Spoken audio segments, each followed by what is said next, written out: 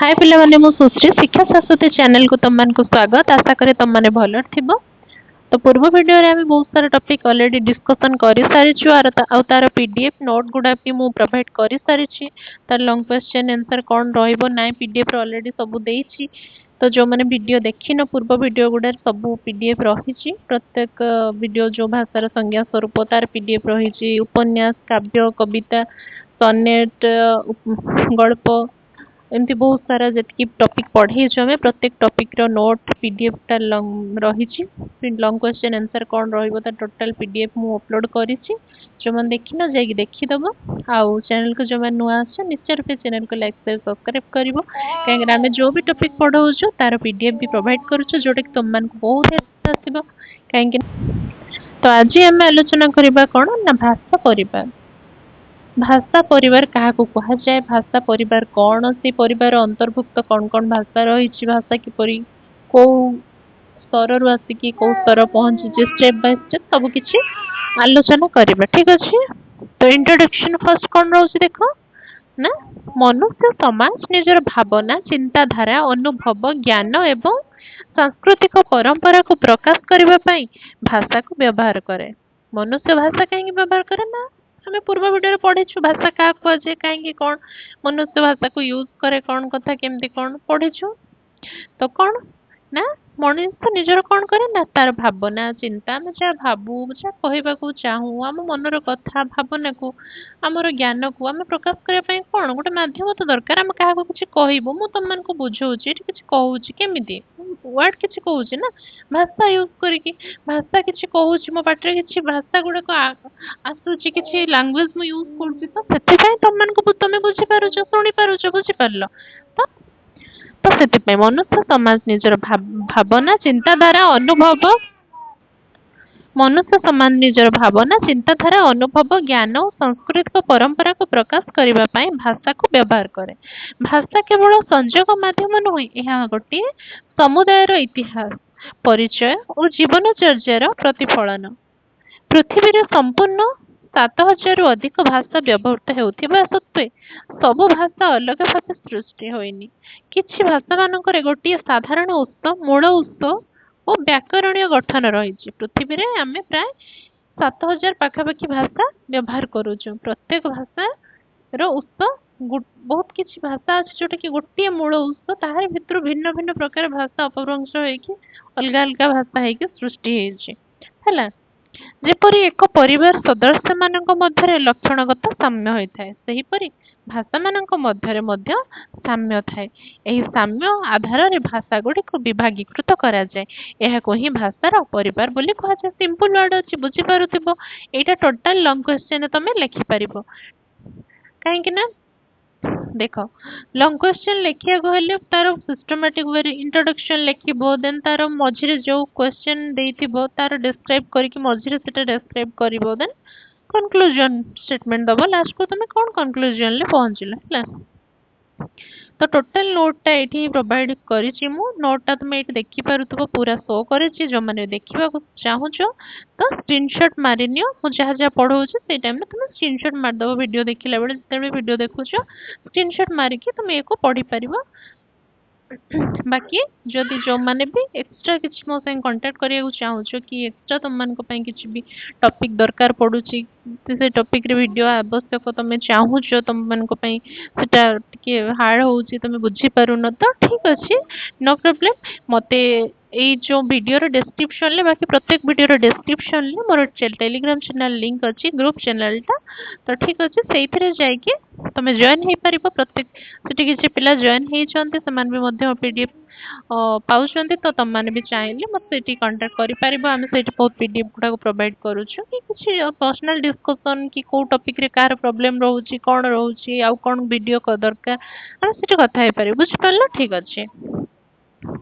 तो तापर देख भाषा परिवार अर्थ कौन बुझल भाषा परिवार ये कौन आम भाषा को कहीं भाषा परिवार बोली कहूँ गोटे फैमिली बोली कहीं कहूँ कहीं ना जे सब भाषा एक मूल उत्सर उद्भव विकसित होइछि एवं शब्दकोश व्याकरण वाक्य गठन भଳି विभिन्न लक्षण एक अन्य सह मिली थाए। आम जिते सब भाषा यूज करुचे प्रत्येक भाषा सांगर बहुत किसी सामंजस्य रही। आम जमी गोटे परिवार रोचु भाई सांगे भौणी किसी सामंजस्य रही। भाई जो जिनसा भाई माने जमती जो जिनसा तार नेचर थी भौणी भी पाखापाखि सेमती नेचर थी बापा भाई भौणी आम टे पाखापाखि सेम सेम नेचर हो जाऊ किसी जिनस आम सब तो मनीष आम सामान नुह कि किसी जिनस एमती था जोटा कि बापा माँ जो गुण थी आम भाई मान भौणी मान से गुण थी एक्जाक्टली भाषा मान जमी सृष्टि होती प्रत्येक भाषा मध्य निज भितर किसी पार्थक्य किसी सामंजस्य रही बुझिल जमी परिवार में आम मान जमी सामंजस्य पार्थक्य रही ठीक सेमती भाषा मान भी से रही भाषा परिवार कहुए। हाँ अर्थात जमिति एक पिता को अनेक संतान जमिति एक पितारू अनेक संतान होते अर्थात बापा पाखु जमी दुई पुओ हेले कि तीन पुओ चारि पुओ हेले पाखु पुणी पुओ माने हेले नाती नातुणी हेले पुओ झील सब हेले तो से जन बापा पाखु सब विस्तारित भाव में आगक बढ़िले वंशानुक्रमे बढ़िले ठीक सेमती भाषा गोटे स्थान आरंभ करिकी बहुत सारा भाषा रे माति चली बुझीपार परिवार एग्जांपल निहाती बुझीपार भाषा भी सेमती गोटे लैंग्वेज एमती कि भाषा उपभाषा एमती एमती हेकी बहुत सारा माति जाइए भाषा है तो अर्थात जमिति एक पितारू अनेक संतान हुए सेहीपरि गोटे प्राचीन भाषारू अनेक नुआ भाषा गठित हुए से भाषा परिवार सदस्य बोली धरा जाए सिंपल कथा बुझीपारुथबो। तापर देखो पृथ्वीर प्रमुख भाषा परिवार है किछटा भाषा परिवार पृथ्वी कौन भाषा परिवार ना इंडो यूरोपियन भाषा परिवार। फर्स्ट देखो इंडो यूरोपियन भाषा परिवार यह पृथ्वीर सबुठारु बड़ भाषा परिवार यार अंतर्गत दुईटी प्रमुख शाखा हेउची कौन ना इंडो आर्यन आउ यूरोपियन। इंडो आर्यन भितर किए जाउची ना हिंदी ओडिया बंगला मराठी उर्दू संस्कृत है तो ओडिया भाषा कौट आसला इंडो आर्यन अर्थात आर्य भाषा होरु सृष्टि कौन ना ओडिया भाषा हिंदी भाषा बंगाला भाषा मराठी भाषा उर्दू भाषा बुझीपार युड़ा पॉइंट सब पॉइंट गुड़ा को ये डेस्क्राइब हो तुम पूरा ये पॉइंट गुड़ा को मन रख देन क्वेश्चन आंसर कर लॉन्ग क्वेश्चन ले ये सब एग्जांपल्स दब एमती पूरा बुझेब ये भाषा रू आसी इंडो फास्ट इंडो यूरोपीय भाषा परिवार इंडो यूरोपीय भाषा परिवार कौन आसला ना इंडो आर्यन भाषा परिवार इंडो आर्यन आर्यन बा आर्य आर्य भाषा है ओडिया भाषा हूँ आर्य भाषा परिवार तो ये इंडो आर्यन इंग्लिश रे तुम आर्य आर्यन अर्थात आर्य बुझिपार तो इंडो यूरोपीय भाषा परिवार रू आसला कौन ना इंडो आर्यन भाषा बा इंडो आर्यन भाषा बा आर्यन भाषा सेठू कौन आसला ना हिंदी ओडिया बंगाली मराठी उर्दू संस्कृत एगुड़ा आसले कौन इंडो आर्यन भाषा अंतर्भुक्त। तापर यूरोपियन भाषा परिवार कौन यूरोपीय भाषा परिवार कौन ना इंग्राजी फ्रेंच जर्मनी स्पेनिश एगुड़ा कौन है ना यूरोपियन भाषा परिवार बुझिपार। ओडिया भाषा इंडो आर्यन शाखार अंश यहाँ हूँ इम्पोर्टाट पॉइंट बहुत सारा नेट हो जेआरएफ बहुत सारा एग्जाम्स यहाँ बहुत इम्पोर्टाट क्वेश्चन के आसे ओडिया भाषा को परिवार अंतर्भुक्त तो ना ओडिया भाषा कौन इंडो आर्यन भाषा परिवार अंतर्भुक्त आर्य भाषा परिवार अंतर्भुक्त बुझीपार। तापर देखो साइनो तिब्बतीय परिवार सिनो तिब्बतीय परिवार यह चीन और हिमालय हिमालय पट्टी व्यवहृत भाषा कौन ना चाइनीज तिब्बती बोडो ये सब भाषा इथर आसी बुझल युड़ा आमर जानवा सेमती किसी आवश्यकता नहीं बट आम जेहतु पृथ्वी भाषा परिवार पढ़ुचु तो यहाँ को पढ़िया हम बट आमको आम जा पहुँचू एंड कौटी ना ओडिया भाषा केमी कौन आसला आम ओडिया भाषा भितर जानव आम ओडिया पिला ना आम कहीं सब भाषा पढ़िया जीव कौ चीन चीन चीन भाषा तिब्बतीय भाषा फ्रेंच एगुड़ा तो जानवर ना जानवर अच्छे कि ये सब भाषा ये सब परिवार एम सब आसी बुझीपार।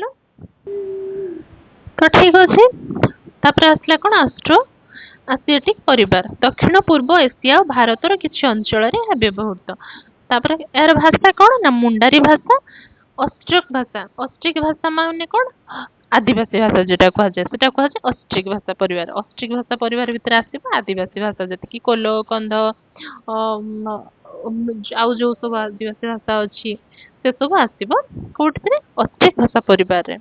ତ ମୁଣ୍ଡା ଭାଷା, ସାନ୍ତାଳୀ ଭାଷା, ଖାସି ଏସବୁ ଭାଷାର କିଏ ଉଦାହରଣ ନା କୋଉ ଭାଷା ପରିବାରରୁ ଆସିଛି ନା ଅଷ୍ଟ୍ରିକ ଭାଷା ପରିବାର। ବୁଝିପାରିଲ? ଅଷ୍ଟ୍ରିକ ଭାଷା ପରିବାର ଅର୍ଥ ହଉଛି ଯେତିକି ସବୁ ଅଛନ୍ତି ପୃଥିବୀରେ ଯେତିକି ଆଦିବାସୀ ଭାଷା ରହିଛନ୍ତି ସେ ଆଦିବାସୀ ଭାଷା ସବୁ ଏ ଅଷ୍ଟ୍ରିକ ଭାଷା ପରିବାର ଅନ୍ତର୍ଭୁକ୍ତ ହେବେ। ବୁଝିପାରିଲ? ତାର କେତେଟା ଏକ୍ସାମ୍ପଲ ହଉଛି ମୁଣ୍ଡା ଭାଷା, ସାନ୍ତାଳୀ ଭାଷା, ଖାସି, କୋଲ୍ହ, କନ୍ଧ କି ଯେତେ ଯେତେ ଜନଜାତି ଅଛନ୍ତି ତାଙ୍କର ଭାଷା ସବୁ ହଉଛି ଅଷ୍ଟ୍ରିକ ଭାଷା ଅନ୍ତର୍ଭୁକ୍ତ। ବୁଝିଲ? କ୍ଲିୟର? ତାପରେ ଦେଖ ଦ୍ରାବିଡୀୟ ପରିବାର ଭାରତର ଦକ୍ଷିଣ ଅଞ୍ଚଳରେ ପ୍ରଚଳିତ। ଦ୍ରାବିଡୀୟ ମାନେ ଭାରତର ଦକ୍ଷିଣ ଅଞ୍ଚଳରେ ଅଛନ୍ତି ଯୋଉମାନଙ୍କର ଭାଷା ହଉଛି ଦ୍ରାବିଡିଆନ ଭାଷା। ଭାଷା କଣ ନା ତାମିଲ, ତେଲୁଗୁ, କନ୍ନଡ, ମାଲାୟାଲମ। ତାମିଲ, ତେଲୁଗୁ, କନ୍ନଡ, ମାଲାୟାଲମ ଏଇ ସବୁ ହଉଛି କଣ ଦ୍ରାବିଡିଆନ, ଦ୍ରାବିଡ ଭାଷା। ବୁଝିଲ? ସେମାନେ ହଉଛନ୍ତି ଦ୍ରାବିଡିଆନ, ସେମାନଙ୍କୁ କୁହାଯାଏ ଦ୍ରାବିଡିଆନ। ବୁଝିପାରିଲ? ପିଲାମାନେ କେତେବେଳେ ସ୍ପେଲିଂ କିଛିଟା ମିଷ୍ଟେକ୍ କେତେବେଳେ ରହୁଥିବ ତମେ ତାକୁ କରେକ୍ଟ କରିଦବ, କାହିଁକି ନା ଏତେ ସାରା ପିଡିଏଫ୍ ଲେଖା ହଉଛି, ମୁଁ ସବୁ ଭିଡିଓରେ କହୁଛି। ପ୍ରତ୍ୟେକ ପିଲାଙ୍କର ପିଡିଏଫ୍ ବନେଇକି ସବୁ ପୁଣି ତାକୁ ଆଉଥରେ ପଢିବାକୁ, କୋଉଠି ସ୍ପେଲିଂ ଠିକ୍ ହେଇଛି ଦେଖିବାକୁ ଟାଇମ୍ ଜମା ବି ଆଡଜଷ୍ଟ ହଉନି। ତ ସେଥିପାଇଁ କେତେବେଳେ କଣ କୋଉଠି ହର୍ଷେଇ ଛାଡି ଦେଇଥିବି, କୋଉଠି ଦୀର୍ଘେଇ ଛାଡି ଦେଇଥିବି, କୋଉଠି କଣ ଟିକେ ମିଷ୍ଟେକ୍ ହେଇଯାଇଥିବ, ତମେ ତାକୁ ଟିକେ କରେକ୍ଟ କରିକି ପଢିବ। ଠିକ ଅଛି? ହଁ। ତାପରେ ଦେଖ ଆଫ୍ରୋ ଏସିଆଟିକ ପରିବାର, ଏଇଟା ଟିକେ ଏଠି ସ୍ପେସ୍ ହେଇଯାଇଛି ପିଲାମାନେ, ଆ ସାଙ୍ଗରେ ଏକୁ ଇଏ ଜଏଣ୍ଟ କରିକି ପଢିବ, ଏଇଟା ଟିକେ ସ୍ପେସ୍ ହେଇଯାଇଛି। ଆଫ୍ରୋ ଏସିଆଟିକ ପରିବାର ହେଲା ମଧ୍ୟ ପୂର୍ବ ଓ ଆଫ୍ରିକାର ପ୍ରଚଳିତ ଭାଷା। ଆଫ୍ରିକାର ପ୍ରଚଳିତ ଭାଷା କଣ ନା ଭାଷା ଆରବିକ ଓ ହିବ୍ରୁ। ଆରବିକ ଆଉ ହିବ୍ରୁ ଭାଷା ହେଲା। ଉରାଲିକ ପରିବାର ଉତ୍ତର ପୂର୍ବ ୟୁରୋପରେ ଭାଷା କଣ ମାନେ ପରିବାର ଗୁଡା ଦେଖ ୟୁରାଲିକ ପରିବାର। ସେ ପରିବାରର ଅନ୍ତର୍ଭୁକ୍ତ କୋଉ ଭାଷା ନା ଫିନିଶ ଓ ହଙ୍ଗେରିଆ। ଏହାର ଭାଷା ହଉଛି କଣ ଫିନିଶ ଓ ହଙ୍ଗେରିଆ। ତ କୋଉ ଜାଗାରେ ଏଇ ଭାଷା ପ୍ରଚଳନ, କୋଉ ଜାଗାରେ ଏଇ ଯୋଉ ଫିନିଶ ଆଉ ହଙ୍ଗେରୀ ଭାଷା ପ୍ରଚଳିତ ନା ଉତ୍ତର ପୂର୍ବ ୟୁରୋପରେ ହେଲା। କୋଉ କୋଉ ଭାଷା ପରିବାରରୁ ଆସିଛି, କୋଉ ଭାଷା ତା ଭିତରୁ ଆସିଛି, ଆଉ କୋଉ ଜାଗାରେ ସେ ଭାଷା ପ୍ରଚଳିତ। ବୁଝିପାରିଲ? ବୁଝିପାରିଲ ନା ନାଇଁ? ବୁଝିପାରିଥିବ। ଦେଖ ଏଠି ଗୋଟେ ଡାଇଗ୍ରାମ କରିଛି, ଭାଷା ପରିବାରର ଚିତ୍ର ଡାଇଗ୍ରାମ।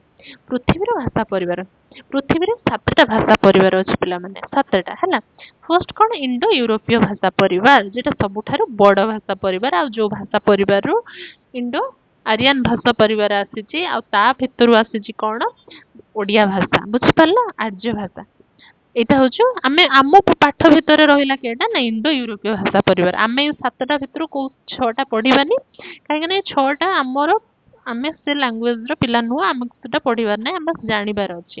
କିନ୍ତୁ 1 ନମ୍ବର ଯୋଉ ଇଣ୍ଡୋ ୟୁରୋପୀୟ ଭାଷା ପରିବାର ଅଛି, ସେଇଠୁ ଯେହେତୁ ଇଣ୍ଡୋ ଆରିଆନ ଭାଷା ଆସିଛି, ଆରିଆନ ଭାଷାରୁ ଓଡିଆ ଭାଷା ଆସିଛି, ତ ଆମକୁ ଇଣ୍ଡୋ ୟୁରୋପୀୟ ଭାଷା ପରିବାରଟା ହିଁ ଆମ ପାଇଁ ଇମ୍ପୋର୍ଟାଣ୍ଟ, ଆମେ ସେଇଟା ହିଁ ପଢିବା। ବୁଝିପାରିଲ? ତ ଇଣ୍ଡୋ ୟୁରୋପୀୟ ଭାଷା ପରିବାର, ଆଫ୍ରିୟ ଏସୀୟ ଭାଷା ପରିବାର, ଚୀନା ତିବ୍ବତୀୟ ଭାଷା ପରିବାର, ଫିନୋ ଉଗ୍ରୀୟ ଭାଷା ପରିବାର, ଆଲ୍ଟାଇ ଭାଷା ପରିବାର ବା ଦ୍ରାବିଡ ଭାଷା ପରିବାର ଓ ଅଷ୍ଟ୍ରୋ ଏସିଆଟିକ ଭାଷା ପରିବାର। ଏଗୁଡା ସବୁ ତମେ ଲେଖିବ, ଇମ୍ପୋର୍ଟାଣ୍ଟ। ବଟ୍ ଆମର କାମ ହଉଛି, ମୂଳ କାମ କୋଉଠି ନା 1 ନମ୍ବର ଯୋଉ ଇଣ୍ଡୋ ୟୁରୋପୀୟ ଭାଷା ପରିବାର ପାଖରେ, ସେଇଠୁ ଯେହେତୁ ଓଡିଆ ଭାଷା ଆସିଛି। ବୁଝିଲ? କିନ୍ତୁ ଏସବୁକୁ ତମକୁ ଲେଖିବାକୁ କମ୍ପଲସରି ପଡିବ, 7ଟା ଭାଷା ପରିବାର ନା ହେଲା। ତ ଇଣ୍ଡୋ ୟୁରୋପୀୟ ଭାଷା ପରିବାର, ଦେଖ ମୁଁ କହୁଥିଲି 1 ନମ୍ବରରେ କଣ ଅଛି ଇଣ୍ଡୋ ୟୁରୋପୀୟ ଭାଷା ପରିବାର, ସେଇଠୁ ଆସିଲା କଣ ନା ଇଣ୍ଡୋ ଆରିଆନ ଭାଷା ପରିବାର, ଆର୍ଯ୍ୟ ଭାଷା ପରିବାର ହେଲା।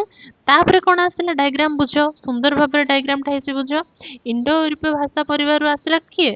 ଇଣ୍ଡୋ ୟୁରୋପୀୟ ଭାଷା ପରିବାର କିଏ ଆସିଲା ନା ଆର୍ଯ୍ୟ ଭାଷା, ଇଣ୍ଡୋ ଆର୍ଯ୍ୟ ଭାଷା, ଆର୍ଯ୍ୟ ଭାଷା ଶାଖା। ତାପରେ କଣ ଆସିଲା ନା ପ୍ରାକୃତ ଭାଷା। ବୁଝିପାରିଲ? ତାପରେ ଆସିଲା ପ୍ରାକୃତ ଭାଷା। ଇଣ୍ଡୋ ୟୁରୋପୀୟ ଭାଷା ପରିବାର, ଇଣ୍ଡୋ ଆର୍ଯ୍ୟ, ଇଣ୍ଡୋ ୟୁରୋପୀୟ ଭାଷା ପରିବାର, ଇଣ୍ଡୋ ଆର୍ଯ୍ୟ ଭାଷା ପରିବାର, ତାପରେ ଆସିଲା କଣ ପ୍ରାକୃତ ଭାଷା ପରିବାର। ବୁଝିପାରିଲ? ସିମ୍ପଲ।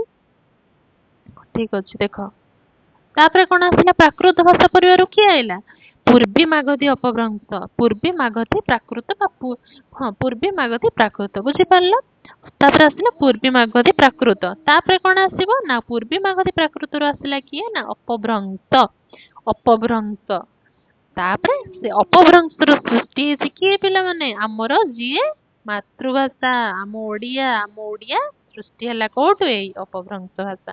ବୁଝିପାରିଲ କେତେ କେତେ ବାଟ ଦେଇକି ସବୁ ଆସିକି ଆଜି ଏଇ ଓଡ଼ିଆ ଭାଷା ଆମେ କହୁଛୁ। ବୁଝିପାରିଲ ନା? ଏଇ ଡାଇଗ୍ରାମ ଟା କମ୍ପଲସରି ଏକ୍ସାମ ରେ କରିବ, କାହିଁକି ନା ଏଇ ଡାଇଗ୍ରାମ ରେ ନମ୍ବର ମ୍ୟାଚିଂ ହୁଏ। ଡାଇଗ୍ରାମ ଦେଖିଲେ ଟିକେ ଇମ୍ପ୍ରେସନ ଭଲ ଆସେ, ପିଲାଟା ଜାଣିଛି ବୋଲି ସମସ୍ତେ ଜାଣିପାରନ୍ତି। ଯିଏ ବି ମାର୍କିଂ କରୁଛି, ଯିଏ ବି ଭ୍ୟାଲୁଏଟର ଯିଏ ତମର ଥାଆନ୍ତି, ଯିଏ ଭ୍ୟାଲ୍ୟୁ ଦିଅନ୍ତି ତମର ଏକ୍ସାମ ର, ଯିଏ ଖାତା ଦେଖନ୍ତି, ତାଙ୍କୁ ଟିକେ ଭଲ ଲାଗିବ, ଇମ୍ପ୍ରେସନ ଆସିବ ତମ ଉପରେ। ବୁଝିପାରିଲ? ହେଲା, ଠିକ ଅଛି, ଆଗକୁ ଚାଲ।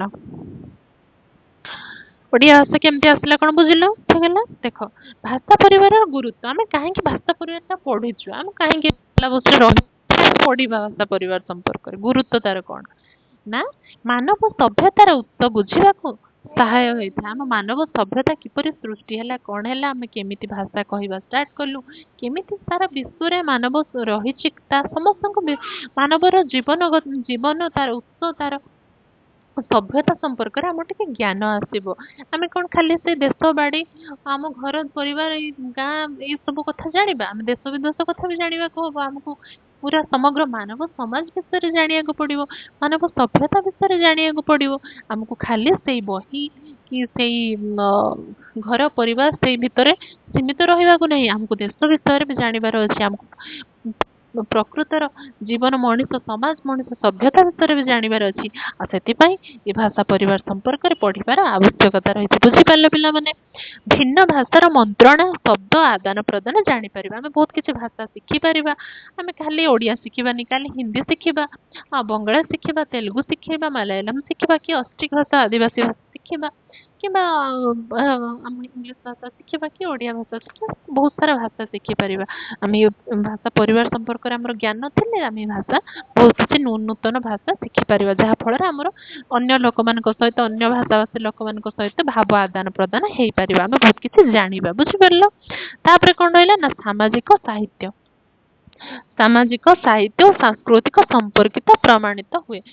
ଅର୍ଥାତ ଆମେ ଅନ୍ୟ ଦେଶର ବା ଅନ୍ୟ ଭାଷାଭାଷୀ ଲୋକଙ୍କର କଣ, ସେମାନଙ୍କର କଣ, ତାଙ୍କର ସାହିତ୍ୟ କଣ, ତାଙ୍କ ସାହିତ୍ୟ, ତାଙ୍କର ରାଇଟର ମାନେ କଣ ଲେଖିଛନ୍ତି, ତାଙ୍କ ସଂସ୍କୃତି ପରମ୍ପରା କଣ, କୋଉ କୋଉ ପର୍ବ ପାଳନ କରନ୍ତି, କଣ ନାହିଁ, ସବୁ କିଛି ଆମେ ଜାଣିପାରିବା। କେମିତି? ଆମେ ସେ ୱାର୍ଡ ଶିଖିଥିଲେ, ତାଙ୍କ ଲାଙ୍ଗୁଏଜ ଟା ଆମେ କିଛି ଜାଣିଥିଲେ ସିନା ତାଙ୍କ କଥା ବୁଝିକି ଆମେ କିଛି ଜାଣିବୁ। ତ ଭାଷା ନ ବୁଝିଲେ କେମିତି କଣ ଆମେ ଜଣକୁ ବୁଝିଯିବୁ? ବୁଝିପାରିବୁନି ନା। ମୁଁ ଯୋଉ କଥା କହୁଛି ତମେ ଯଦି ବୁଝିପାରିବନି ତାହେଲେ କଣ ଲାଭ, କଣ? କିଛି ନାହିଁ ନା ସେଥିରେ ଲାଭ। ତ ଠିକ ସେମିତି ଆମେ ଗୋଟେ ଲୋକ ସାଙ୍ଗରେ ମିଶିବା, ତାର ଭାଷା ସେ କଣ କହିବାକୁ ଚାହୁଁଛି ନାହିଁ, ଆମେ ତା ବିଷୟରେ ଜାଣିବା, ତା ଘର ବିଷୟରେ ଜାଣିବା, ତା ଗାଁ ବିଷୟରେ ଜାଣିବା, ତା ସହର ବିଷୟରେ ଜାଣିବା, ତା ରାଜ୍ୟ ବିଷୟରେ ଜାଣିବା, ତା ଦେଶ ବିଷୟରେ ଜାଣିବା। କେମିତି? ନା ଭାଷା ଦ୍ୱାରା। ବୁଝିପାରିଲ? ତେଣୁ ଭାଷା ପରିବାର ସମ୍ପର୍କରେ ଆମର ଅଧ୍ୟୟନ କରିବା ନିତ୍ୟାନ୍ତ ଆବଶ୍ୟକ। ତ ସେଥିପାଇଁ ଭାଷା ପରିବାରର ଗୁରୁତ୍ୱ ହଉଛି ଏଇଆ। ବୁଝିଲ? ତାପରେ ନିଷ୍କର୍ଷ ବା କନକ୍ଲୁଜନ। ପ୍ରତ୍ୟେକ ଲଙ୍ଗ କ୍ୱେଶ୍ଚନରେ ଶେଷକୁ ଗୋଟେ କନକ୍ଲୁଜନ ରହିବା ଆବଶ୍ୟକ, କି ତମେ ଯେତିକି ଲଙ୍ଗ କ୍ୱେଶ୍ଚନ ଲେଖିଲ କି ଟପିକ ବିଷୟରେ ତମର ମତାମତ କଣ ଶେଷକୁ ରହିଲା, ତମେ କଣ ବୁଝିଲ, କଣ ଶିଖିଲ। ବୁଝିଲ? ତ ତାପରେ ଦେଖ କନକ୍ଲୁଜନ କଣ ଆସୁଛି ନା, ପୃଥିବୀର ଭାଷା ମାନେ ଯେତେ ଭିନ୍ନ ଦେଖାଯାଉ, ବାସ୍ତବରେ ସେଗୁଡିକ ଗୋଟିଏ ନା ଗୋଟିଏ ଭାଷା ପରିବାରର ଶାଖା। ଭାଷା ପରିବାର ମାନବ ସଭ୍ୟତାର ଇତିହାସ, ଉତ୍ପତ୍ତି ଓ ଗତିପଥ ନିର୍ଣ୍ଣୟ କରିବାରେ ତ କଣ, ପୃଥିବୀର ଭାଷା ମାନେ ଯେତେ ଭିନ୍ନ ଯାଆନ୍ତି, ବାସ୍ତବରେ ସେଗୁଡିକ ଗୋଟିଏ ନା ଗୋଟିଏ ଭାଷା ପରିବାରର ଶାଖା। ଭାଷା ପରିବାର ମାନବ ସଭ୍ୟତାର ଇତିହାସ, ଉତ୍ପତ୍ତି ଓ ଗତିପଥ ନିର୍ଣ୍ଣୟ କରିବାରେ ଗୁରୁତ୍ୱପୂର୍ଣ୍ଣ ଭୂମିକା ନିର୍ବାହ କରେ। ଠିକ ନା ପିଲାମାନେ? ଦେଖ, ଆମେ ପୃଥିବୀରେ ଯେତେ ବି ଭାଷା ରହିଛି, ପ୍ରତ୍ୟେକ ଭାଷା କୌଣସି ନା କୌଣସି ଗୋଟିଏ ଭାଷା ପରିବାରରୁ ତାର ଆବିଷ୍କାର ହୋଇଛି। ସେ ଗୋଟିଏ ଭାଷା ପରିବାରରୁ 5ଟା 6ଟା 10ଟା 12ଟା 5000 ଭାଷା ବାହାରିଛନ୍ତି। ତ ସେ କହୁଛନ୍ତି କି ଆମେ ଭାଷା ଗୁଡା ସିନା ଭିନ୍ନ ଭିନ୍ନ, ହିନ୍ଦୀଟା ଭିନ୍ନ, ଇଂଲିଶଟା ଭିନ୍ନ, ଓଡ଼ିଆ ଭିନ୍ନ, କନ୍ନଡ଼, ମାଲାୟାଲମ ସବୁ କିଛି ଭିନ୍ନ, କିନ୍ତୁ ସେ ବାହାରିଛନ୍ତି ଗୋଟିଏ ଗୋଟିଏ ସବୁ ଭାଷା ପରିବାରରୁ।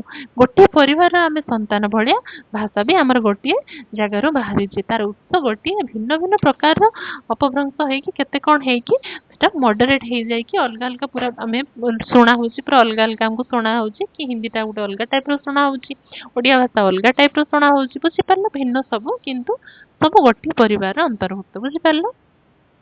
भाषा परिवार मानव सभ्यतार इतिहास उत्पत्ति गतिपथ निर्णय करिबार गुरुत्वपूर्ण भूमिका। मानव समाज केमती सृष्टि हैला नाही तार इतिहास सब किछि को निर्धारण करे कि आमे भाषा रो सिखु ना, आमे जानू बुझू लेखु तापरे आमे जानि पारू हमर कोन इतिहास आमे केमती जानछु, केते पुथी पुराण केते सारा बही रु आमे लेखा हेछि कि सुनुछु का पाखरु सेठु जानछु ना। तार मूल कोन भाषा। भाषा जणे कहिला जणे ता पाखरु आउ जणे सुनिला तापर आउ जणे सुनिला कालक्रमे आमे माने से कथा को इतिहास रूप में मन रखिलु बुझी पारल ताले भाषार केते आवश्यकता। तो भाषा परिवार आमे एथि पई पढिबा तार गुरुत्व एया आमे ई उपनीत हेलु एई कनक्लूजन ले बुझी पारल। आशा करे भिडियोटी निश्चय रूपे भल लागिथिबो। नोट जो मानकर दरकार निश्चय रूपे वीडियो पढ़ेला बेले तुम जोते बेले वीडियो देखुछु तार स्क्रीनशॉट मारिक तुम आराम से पढ़ी परिबो। बाकी प्रत्येक वीडियो रे मोर टेलीग्राम चैनल लिंक अच्छी सेठी जाई ग्रुप रे जॉइन हे जिवो। हमें अन्य केते बेले टेलीग्राम चैनल पिला माने जॉइन हेले बहुत सारे पिला टिके पढ़िले आमे तार केते बेले लाइव क्लास करिवो कि कोन करिवो डिस्कशन करिवो। एबे नाही टिके एग्जाम पाखे आस आमे क्वेश्चन मल्टीपल चॉइस कि कोन करिवो। बाकी चैनल को जो मैंने नुआ आसे निश्चय रूपे चैनल को लाइक शेयर सब्सक्राइब करिवो कहीं ना आमे प्रत्येक वीडियो जहाँ भी टॉपिक पढ़ाऊँ तार नोट भी मु मध्य तुम मानक दउची। तो निहाती तुम मानकर हेल्प रे मु आसीबी कहीं ना बुझीबा सांगरे तमे गोटे सांगरे भल भाव गोटे नोट को नौच गोटे परफेक्ट नोट भी मुझे तुमको प्रोवाइड करुच्ची मो तुमको बुझेबा को बुझाऊँगी बाकी नोट भी प्रोवाइड करुच्ची। तो से तुमको दुईटा हेल्प रे आसीबी बुझिबो ता सहित गोटे नोट नोट केमती बनाते केमती लिखते तार आइडिया भी तुम पाइब। तो से चैनल को लाइक शेयर सब्सक्राइब निहाती करिवो। प्रत्येक वीडियो अपडेट सेमती तुम आगुआ जाइए पाइब तुमको खोजा को सर्च करिया को पड़ोनी बुझीपार। रोचे धन्यवाद। जय जगन्नाथ।